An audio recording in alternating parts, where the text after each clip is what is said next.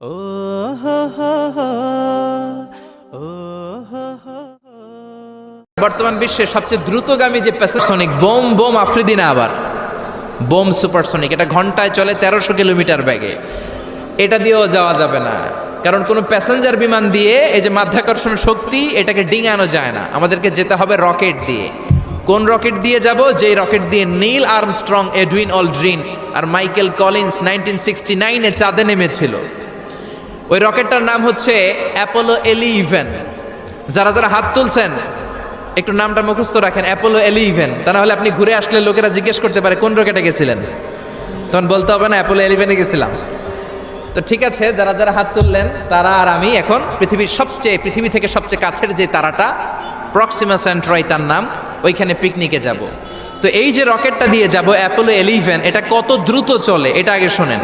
এই অ্যাপোলো 11 সেকেন্ডে চলে 11 কিলোমিটার বেগে, মিনিটে চলে 660 কিলোমিটার বেগে, আর ঘন্টায় চলে 39,000 কিলোমিটার বেগে।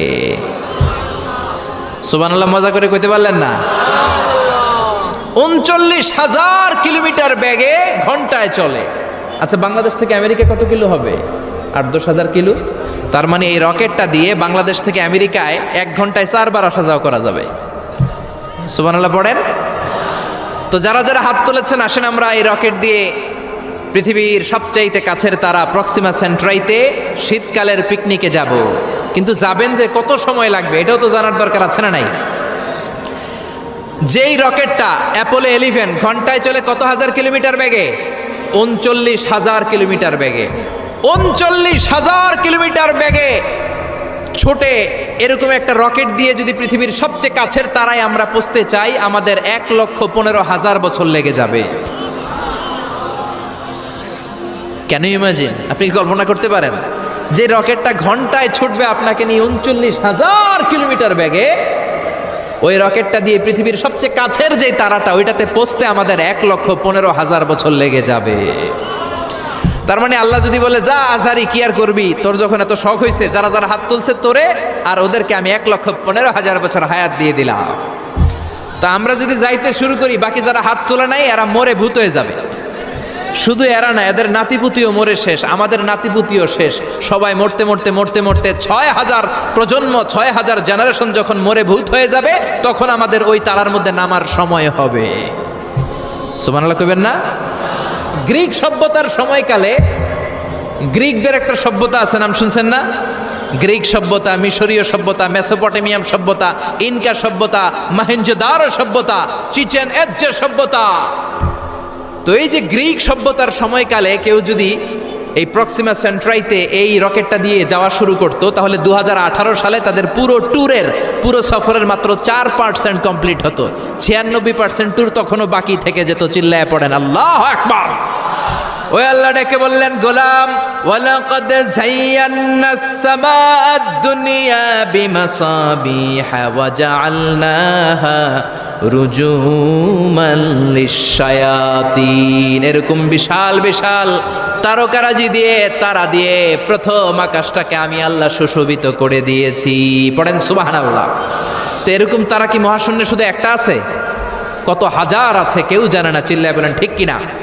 এরপরে রাব্বুল আলামিন প্রথম রুকুর শেষের দিকে বললেন, ওয়া আসিররু কাওলাকুম আও ইজহারু বিহি ইন্নাহু আলিমুম বিযাতিস সুদূর।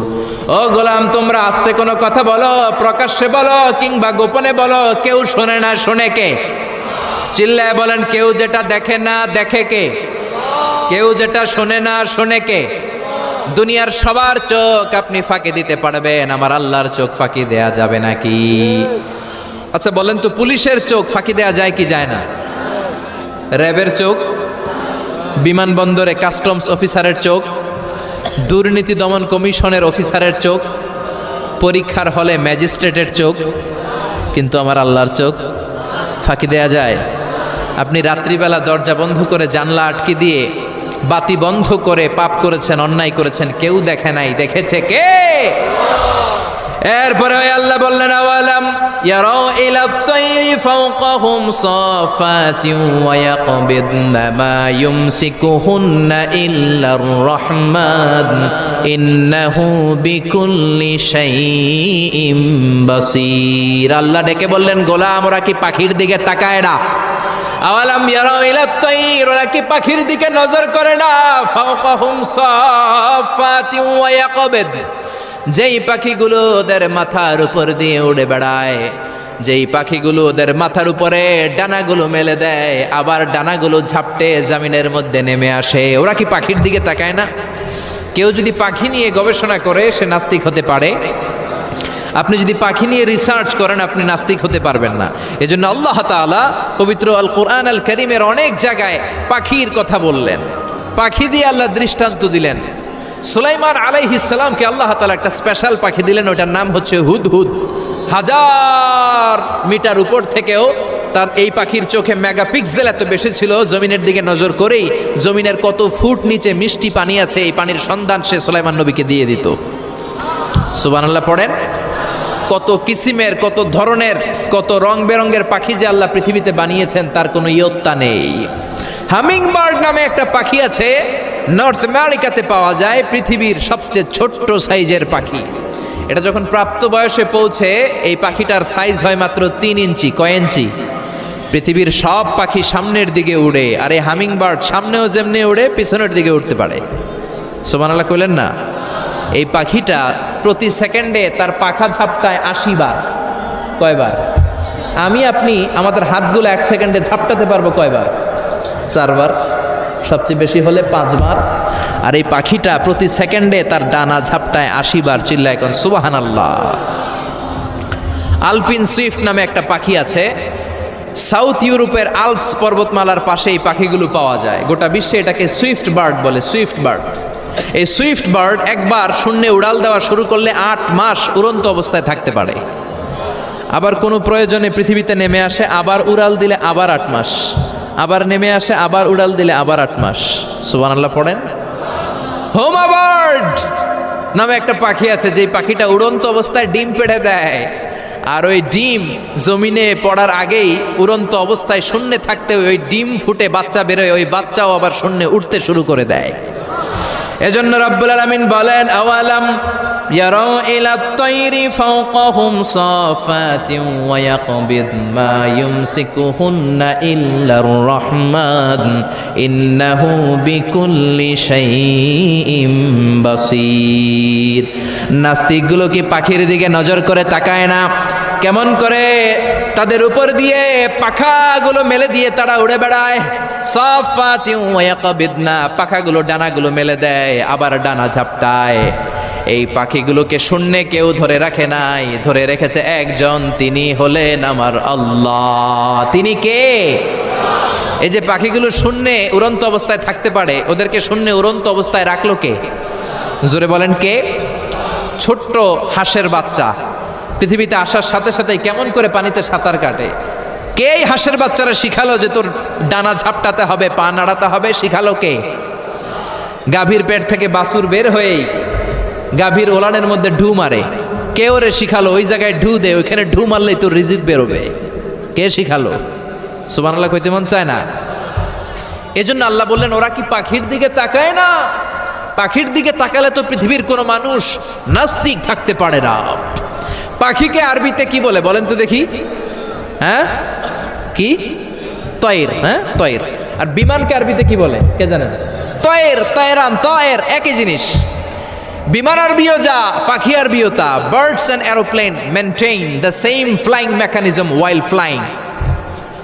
পাখি আর বিমান যখন আকাশে উড়ে একই সিস্টেমে উড়ে। এই জন্য এই পাখির উপর রিসার্চ করে বিমান আবিষ্কার হয়েছে। সুবহানাল্লাহ পড়েন। কিন্তু আফসোসের বিষয় হচ্ছে আমরা বানাতে পারি নাই, এটা বানিয়েছে ইহুদিরা। উইলভার রাইট অর উইল রাইট, দুই ভাই মিলে বিমান বানিয়েছে 1903 সালে। ইউনাইটেড স্টেটস অফ আমেরিকার নাগরিক এই দুই ভাই মিলে তারা বিমান বানিয়ে ফেললো।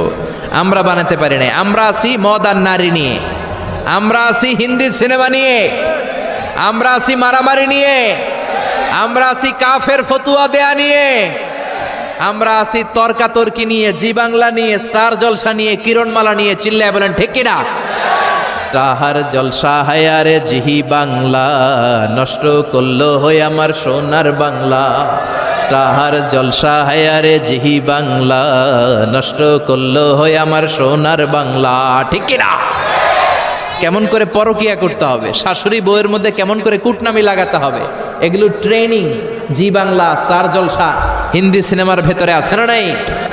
আমরা এগুলো নিয়ে ব্যস্ত, কাফের ফতুয়া দিয়ে নিয়ে ব্যস্ত। কথায় কথায় আমাদের মুখ দিয়ে বেরোয় তুই কাফের, তুই 3 কারণে কাফের, তুই 5 কারণে কাফের, তুই 6 কারণে কাফের। এই কাফের মরলে এই কাফেরকে যেখানে কবর দেয়া হবে ওই কবরের উপর যে ঘাস উঠবে, ওই ঘাস যে গাভী খাবে, ওই গাভীর দুধ যে খাবে ওইটাও কাফের। এরকম ফতোয়া আছে না নাই? তো আমরা এই ফতোয়াবাজি নিয়ে ব্যস্ত। উইলবার রাইট আর অরভিল রাইট কোরআনের এই আয়াতের উপর রিসার্চ করে, গবেষণা করে এরা দুইজন বিমান বানিয়ে ফেললেন। এই 2 ভাই পাহাড়ের মধ্যে শুয়ে কত পাখি যে দেখেছে, কত পাখির ছবি যে এঁকেছে, কত পাখির মোশন অ্যান্ড মুভমেন্ট নিয়ে তারা গবেষণা করেছে। করতে করতে করতে এই 2 ভাই বিমান বানিয়ে ফেলেছে। তবে এখনকার মতো এত উন্নত বিমান নয়, ছোট্টখাট্ট বিমান, একটু উড়ে আবার ধপাস করে জমিনে পড়ে, একটু উড়ে আবার ধপাস করে জমিনে পড়ে। সর্বপ্রথম ফ্রান্সের এক শহর থেকে আরেক শহরে পৃথিবীর প্রথম প্যাসেঞ্জার বিমান এক শহর থেকে আরেক শহরে ল্যান্ড করেছে। এই তো মানুষের স্বপ্ন বাস্তবায়িত হয়ে গিয়েছে। এতদিন মানুষ শুধু দেখতো হায় রে পাখি উড়ে, আমরা উঠতে পারি না। এখন পাখির চেয়েও আরো দ্রুত বেগে আমরা উড়ি। ঠিক কিনা? এই যে আপনারা হজে যান, কিভাবে যান? প্লেনে যান। প্লেনে যান তো বুঝলাম, উড়ে উড়ে যান না? পাখি আর কত দ্রুত উড়ে, পাখির চেয়েও দ্রুত বেগে আমরা উঠতে পারি। চিল্লায় বলেন ঠিক কিনা? এই বিমান আবিষ্কার হওয়ার আগ পর্যন্ত পৃথিবীর সব দেশের ছিল শুধু সেনাবাহিনী আর নৌবাহিনী। বিমান আবিষ্কারের পর শুরু হয়ে গেল বিমান বাহিনী। এখন সব স্বাধীন দেশের বিমান বাহিনী আছে না নাই? Air force, military. এখন মানুষ ড্রোন হামলা করে, মিসাইল হামলা করে, ব্যালিস্টিক ক্ষেপণাস্ত্র দিয়ে হামলা করে। United states of America little boy and fat man নামে 2টা পারমাণবিক বোমা দিয়ে জাপানের হিরোশিমা নাগাসাকিকে ধ্বংস করে মেসাকার করে দিয়েছে। এমনভাবে ধ্বংস করেছে, তারপরে কয়েক প্রজন্ম যারাই জন্ম নিত জাপানের হিরোশিমা নাগাসাকিতে বিকলাঙ্গ হয়ে জন্মাতো। হয় হাত নাই, নয় পা নাই, নয় চোখ নাই, নয় ঠ্যাং নাই। চিল্লায় বলেন ঠিক কিনা?